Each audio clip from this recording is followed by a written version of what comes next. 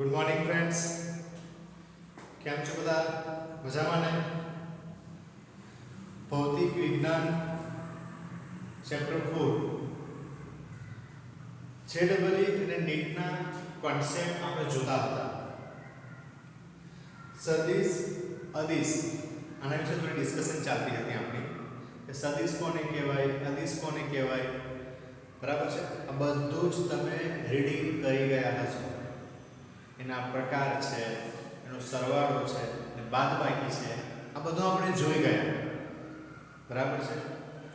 Last time જ્યારે આપણે મળ્યા ત્યારે સદિશોના સરવાળા અને બાદબાકીની રીત આપણે શીખી.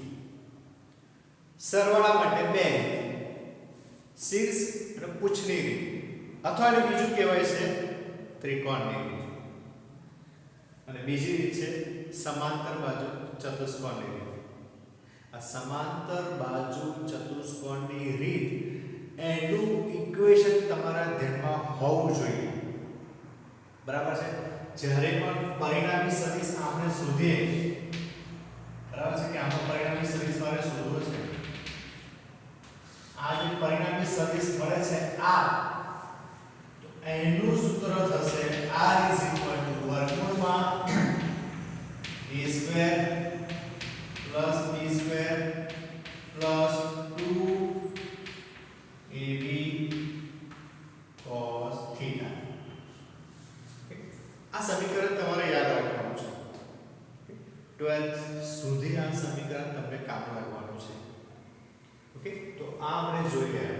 પછી એકમ સદિશ વિશે આપણે ડિસ્કશન કરી હતી. બરાબર છે?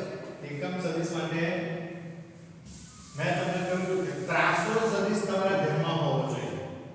કોઈ પણ સદિશ જ્યારે ત્રાસો હોય એટલે કે આ રીતનો હોય, આ સદિશ a છે, તો એનો એક x દિશામાં ઘટક મળશે, એને આપણે કહીશું ax. આ y દિશામાં ઘટક મળશે, એને કહીશું આપણે ay. આ ax અને ay, ઓકે, ax x દિશા છે, આ x દિશા છે આપણી પાસે, એની સાથે ખૂણો બનશે theta. ax a cos theta અને ay a sin theta.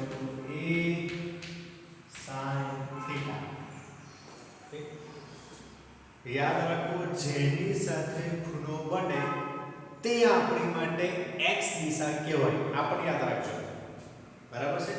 x દિશા સાથે ખૂણો બને એનો મતલબ શું થયો કે કોઈ પણ ફિગર તમને આપ્યો હોય, સમજો કે આ રીતે તમને આપ્યું છે. બરાબર છે? આ રીતે તમને આપ્યું છે અને એવું કહે છે કે આની સાથે થીટા ખૂણો બને છે, તો આ જે થઈ તમારી એ x અક્ષ થઈ અને આ જે થઈ એ y થઈ. ઇન શોર્ટ તમારે એટલું યાદ રાખવાનું કે જેની સાથે ખૂણો બને તે x દિશા કહેવાય. ક્લિયર થઈ ગયું? ઓકે, આના પરથી આપણે એનું મૂલ્ય કઈ રીતે શોધવું, તો મૂલ્ય શોધવાની મેથડ પણ જોઈ. કેન્ડલ, બરાબર છે, ax square plus ay square. આ રીતે આપણે મૂલ્ય પણ શોધ્યું હતું તે વખતે, અને મૂલ્ય શોધવાની મેથડ પણ આપણે જોઈ. બરાબર છે? એના પરથી એક એક્ઝામ્પલ પણ જોયો કે 2y 3 જે આપેલા છે અને એનું મારે મૂલ્ય શોધવું હોય તો મૂલ્ય કઈ રીતે શોધી શકાય તે. ચાલો, તો હવે આપણે થોડા આગળ વધીએ. એકમ સદિશ પર કંઈ ડિસ્કશન કરતા હતા. બરાબર છે? એકમ સદિશમાં જ્યારે આપણે ડિસ્કશન કરી ત્યારે આપણે જોયું કે i dot i is equal to 1, j dot j is equal to 1, k dot k is equal to 1, i dot j is equal to 0, j dot k equal to 0, k dot i equal to 0. બે સરખા હોય તો 1 થાય, અલગ અલગ હોય તો 0 થાય. આ આપણે જોઈ ગયા. એમાં મેં તમને એક સૂત્ર કહ્યું, થોડુંક યાદ કરો. એ સૂત્ર પર થોડુંક આગળ વધીએ છીએ આપણે. તમને મેં કહ્યું હતું કે a ડોટ b બરાબર ab cos theta થાય અને a ક્રોસ b બરાબર ab sin theta થશે. બરાબર છે? હવે a ડોટ b શું છે અને આ a ક્રોસ b શું છે એને આપણે ખાલી સમજવાનું છે બરાબર છે a ડોટ b ને કહેવાય અદિશ ગુણાકાર યાદ રાખજો આ જે છે એને આપણે કહીશું અદિશ ગુણાકાર અને a ક્રોસ b છે એને આપણે કહીશું સદિશ ગુણાકાર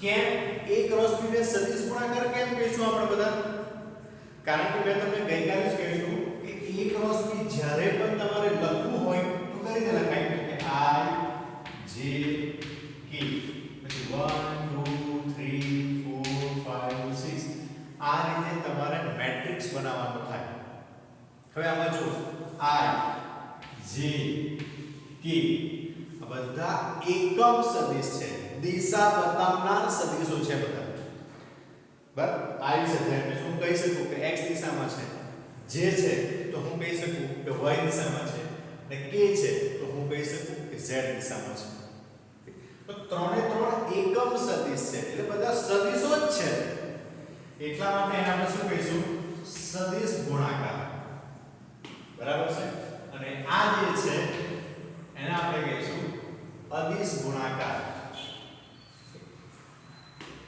ખ્યાલ આવે છે તો a cross a dot b is equal to ab cos theta a cross b is equal to ab sin theta okay આ એક કોન્સેપ્ટમાં તમારે થોડું ધ્યાન રાખવાનું છે આ જ કોન્સેપ્ટ તમારા આવશે નેક્સ્ટ ચેપ્ટરની અંદર તો નેક્સ્ટ ચેપ્ટરમાં ખાસ ધ્યાન રાખવાનું છે આ જ બધું આવવાનું છે ઓકે ચલો આ થોડું જોઈ લો સ્ક્રીનશોટ લઈ લો એટલે પછી આગળ વધીએ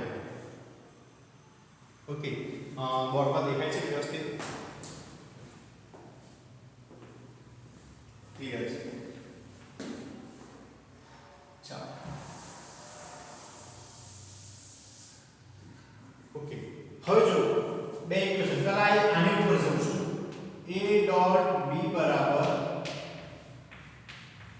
ab cos theta આ ઇક્વેશન પર જઉં છું બરાબર છે એવું સમજો આ બધા સદિશ છે આ સદિશ a સદિશ b આ સમજો હવે એવું સમજો કે સદિશ a અને સદિશ b આ બંને સદિશ એક જ દિશામાં છે અને સમાંતર છે બંને સદિશ એકબીજાને સમાંતર છે ઓકે જો કેસ નંબર 1 શું લખું છું a સમાંતર b ક્લિયર સમજો જરા ધ્યાનથી સમજો કોન્સેપ્ટ ક્લિયર કરજો બરાબર છે a અને b બંને એકબીજાને સમાંતર છે હવે તમે કહો કે જ્યારે કોઈ પણ બે સદિશ એકબીજાને સમાંતર હોય તો બંને વચ્ચેનો ખૂણો કેટલો થાય બે સદિશ એકબીજાને સમાંતર છે તો બે વચ્ચે ખૂણો કેટલો થાય 0 બરાબર છે એક સદિશ આમ છે આ બીજો સદિશ આ છે બે વચ્ચે કોઈ જ એંગલ નથી બનતો એંગલ ક્યારે બને સમજો કે કોઈ સદિશ બીજો આમ છે તો અહીંયા એંગલ બને કોઈ સદિશ આમ છે તો અહીંયા એંગલ બને પણ અહીં એંગલ કોઈ બનતો નથી બરાબર છે a સમાંતર b હોય તો બંને વચ્ચેનો ખૂણો એટલે કે થીટા બરાબર 0 ડિગ્રી થાય યાદ રાખો બરાબર છે થીટા બરાબર કેટલા થાય 0 ડિગ્રી ઓકે તો થીટા બરાબર 0 થાય તો a ડોટ b નો જવાબ શું આવે વિચાર થીટા બરાબર 0 કરું તો a ડોટ b બરાબર ab cos 0 અને cos 0 એટલે 1 કેટલા થશે cos 0 ની કિંમત છે 1 તો તમને જવાબ મળશે ab એટલે કે બંનેનો ગુણાકાર જે કંઈ પણ હશે તે તમને મળશે બરાબર છે ઓકે ઘણીવાર એક્ઝામ્પલમાં કઈ રીતે આપણે તે સમજીએ તમને રકમમાં કહે કે બે સદિશ એકબીજાને સમાંતર છે બરાબર છે તો તેમનું મૂલ્ય શોધો આવો કંઈક સવાલ પૂછાય તો આપણા ધ્યાનમાં હોવું જોઈએ કે બે સદિશ એકબીજાને સમાંતર હોય તો એમની વચ્ચેનો ખૂણો તો 0 થાય થીટા 0 થઈ જાય આ સૂત્ર પ્રમાણે એની જે વેલ્યુ મળે તમને બેનો ગુણાકાર કરી દો સિમ્પલ બરાબર છે ઓકે નેક્સ્ટ સેકન્ડ કેસમાં જોઈએ કે સમજો કે સદિશ a અને સદિશ b એકબીજાને લંબ છે. એક સદિશ આમ છે, બીજો સદિશ આમ છે. ઓકે, આ રીતે છે. તો બંને વચ્ચેનો ખૂણો કેટલો થયો? 90 ડિગ્રી. ઓકે, તો લખી શકું તો થીટા = 90 ડિગ્રી. બંને સદિશ એકબીજાને લંબ છે. એક સદિશ આમ છે, બીજો સદિશ આમ છે. તો બંને વચ્ચેનો ખૂણો 90 ડિગ્રી થયો. ઓકે, તો થીટા = 90. ઓકે, તો તે વખતે a ડોટ b કેટલો મળે છે એ મારે શોધવું છે. તો a ડોટ b બરાબર ab cos 90 ડિગ્રી. હવે તમે મને કહો કે cos 90 ડિગ્રી એટલે કેટલા થાય? cos 0 ની કિંમત 1 થાય. તો cos 90 ની કિંમત 0. બરાબર છે? તો આ cos 90 બરાબર 0 મૂકું તો 0 ગુણ્યા ab તો = શું થઈ ગયું? 0. બરાબર છે? તે વખતે a ડોટ b ની કિંમત તમને 0 મળે છે. સવાલ કેવી રીતે થાય? બે સદિશ એકબીજાને લંબ છે. હવે જ્યારે લંબ છે આવું કહી દીધું છે એનો મતલબ આપણા માઇન્ડમાં તરત થઈ જવું જોઈએ કે થીટા બરાબર 90 ડિગ્રી થવો જોઈએ. બરાબર છે? તો આ રીતે ક્વેશ્ચન પૂછે કે સદિશ લંબ છે, સદિશ એકબીજાને સમાંતર છે, તો આગળની પ્રોસેસ શું થઈ શકે? તો આ બંને કેસ તમારા ધ્યાનમાં હોવા જોઈએ. બરાબર છે? ઓકે, થર્ડ કેસ એક જોઈ લો. થર્ડ કેસમાં જોઈ લો. બરાબર? ઓકે, સદિશ a અને સદિશ b પરસ્પર વિરુદ્ધ દિશામાં છે. કેવા છે? પરસ્પર વિરુદ્ધ દિશામાં છે. એક સદિશ a આમ છે, સદિશ b પેલી બાજુ છે. આ બંને સદિશ પરસ્પર વિરુદ્ધ દિશામાં છે. બરાબર? આમ છે, એક આમ છે. તો બંને વચ્ચે ખૂણો કેટલો થયો? સમજાવો તમને. આ રીતે છે. એક સદિશ આ બાજુ છે, એક સદિશ આ બાજુ છે. ઓકે, તો આ બે વચ્ચેનો એંગલ કેટલો થયો?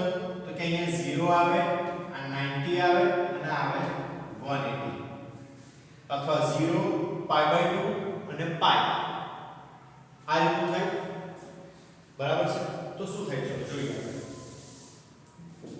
તો તે વખતે a ડોટ b બરાબર ab cos of π લખી શકું અથવા 180 લખી શકું. કોઈ વાંધો નથી, બંને સરખું છે. બરાબર છે? તો cos of π હવે 0 ની કિંમત જો 1 હોય તો એની એક્ઝેક્ટ વિરુદ્ધ દિશામાં કેટલા થાય? -1. કેટલા થશે? -1.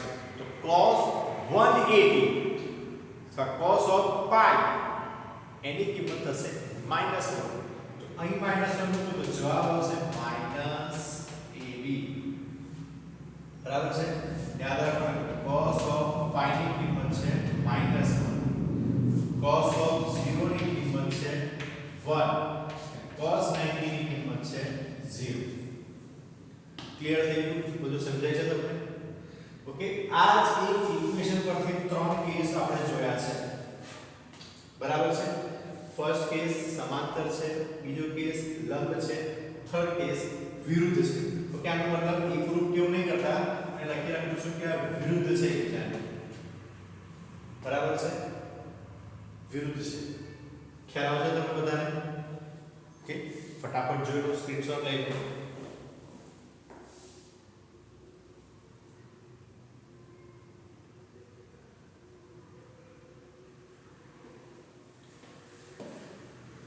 ચાલો, થઈ ગયું?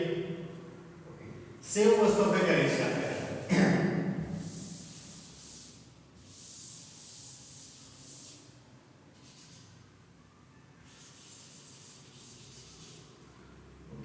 સેમ વસ્તુ ફરી કરીએ છીએ આપણે a ક્રોસ b માટે થઈ. બરાબર છે? તો a cross b = ab sin theta.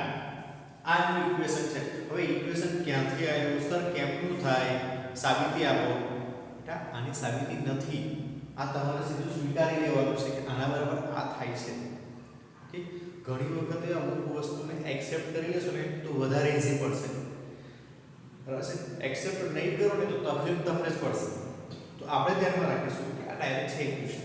Okay, a cross b શું કહીશું? સદિશ ગુણાકાર. ઓકે, સમજો કે આવું છે. હવે એવું સમજો કે આની અંદર બે સદિશ છે, એકબીજાને સમાંતર છે. સમાંતર છે તો બંને વચ્ચેનો ખૂણો કેટલો થયો? 0. તો તે વખતે a ક્રોસ b બરાબર ab sin 0. હવે cos 0 ની કિંમત કેટલી હતી? cos 0 ની કિંમત હતી 1. હવે એના કરતા ઊંધું વિચારવાનું. તો sin 0 ની કિંમત કેટલી? 0. ધેટ મીન્સ કે આનો આન્સર થશે 0. બરાબર છે? sin 0 ની કિંમત તમને મળશે 0. જો પેલામાં કઈ વેલ્યુ મળતી હતી, આની અંદર 0 થઈ ગઈ. ઓકે, નેક્સ્ટ a લંબ b એટલે બંને વચ્ચેનો ખૂણો 90 ડિગ્રી છે. 90 ડિગ્રી હોય તો a ક્રોસ b બરાબર ab sin 90 degree. Okay, ab sin 90. હવે sin 90 ની કિંમત કેટલી થાય? 1 થશે. sin 90 ની કિંમત કેટલી થશે? 1 થશે. તો 1 થાય, અહીં કેટલું થશે? ab. ક્લિયર છે? આની અંદર જરાક બે કેસ યાદ રાખવાના છે તમારે. આમાં થર્ડ કેસની જરૂર નથી.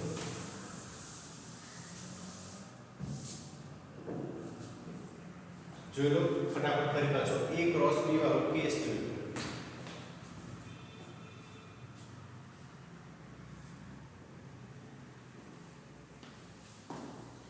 ચાલો, ક્લિયર થઈ ગયું?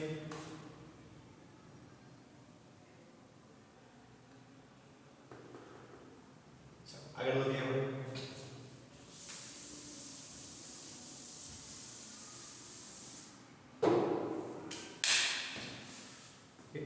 તો આ બધા બેઝિક્સ હતા કે સદિશનો સદિશ ગુણાકાર, સદિશનો અદિશ ગુણાકાર. જ્યારે બે સદિશોનો સદિશ ગુણાકાર કરીએ તો a ક્રોસ b, બે સદિશનો અદિશ ગુણાકાર કરીએ તો a ડોટ b આપણા કેસમાં આવે. ઓકે, તો આ બધી ટર્મ તમારા નેક્સ્ટ ચેપ્ટરમાં પણ આવે છે, એની પછીના ચેપ્ટરમાં પણ આવશે, 7મા ચેપ્ટરમાં પણ આવશે. આ બધી જગ્યાએ આ જ બેઝિક તમને ચાલવાના છે. તો આને જરાક ધ્યાનમાં રાખજો અને યાદ રાખજો. બરાબર છે? છેક છેલ્લે સુધી તમને આ કામ લાગવાનું છે. ઓકે, ચાલો. તો આજે સદિશ ગુણાકાર, અદિશ ગુણાકાર અહીં આપણે પૂરા કરીએ છીએ. ઓકે, ત્યાર પછી થોડી ઘણી ડિટેલ્સ બધી આવે છે તમને કે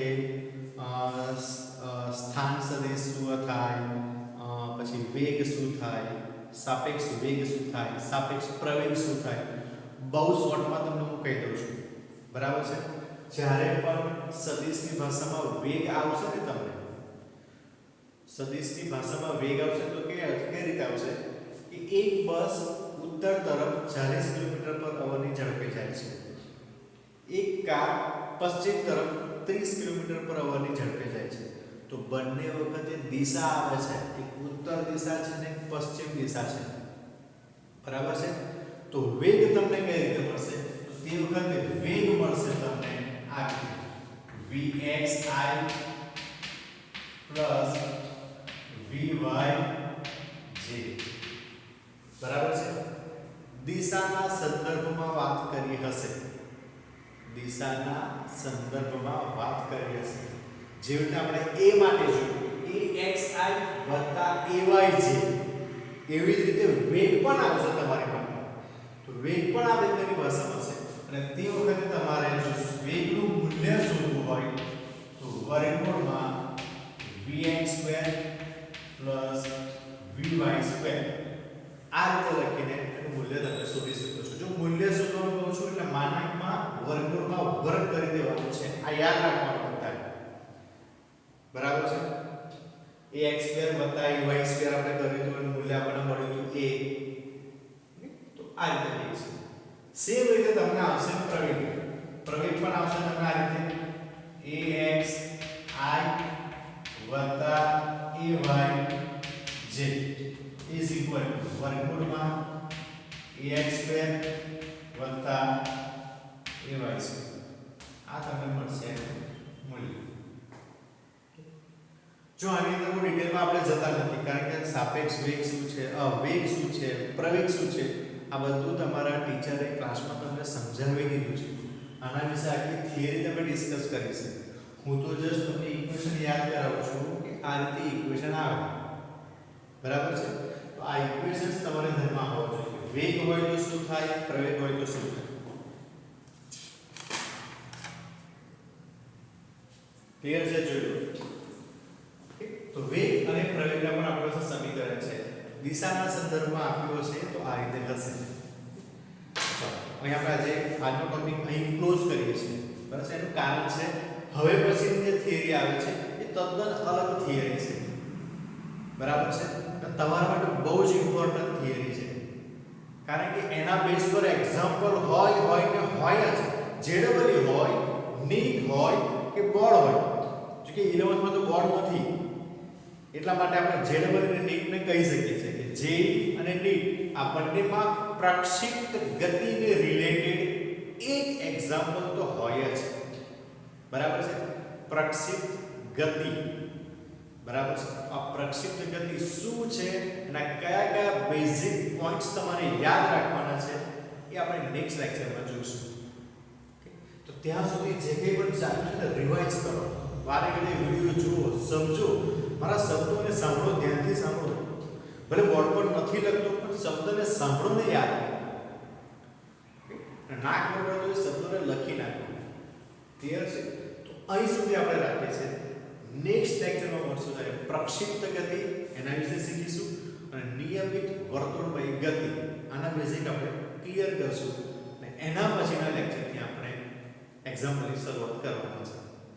ફરીથી કહું છું કે જે બે ટોપિક વિશે આપણે ડિસ્કશન કરવાના છે એનું જસ્ટ ઇમ્પોર્ટન્સ જે રીતે નીટમાં કઈ રીતે યુઝ કરવાનું છે એના વિશે અભ્યાસ કરશું. થિયરી તમારા ક્લાસમાં તમને ચાલવી છે એવું માનીને હું થિયરીમાં બહુ ડિસ્કસ કરવાનો નથી. ઓકે, તો એ બાબતે ખાસ કાળજી રાખજો. ચાલો મળીએ આપણે બધા નેક્સ્ટ લેક્ચરમાં. નમસ્કાર.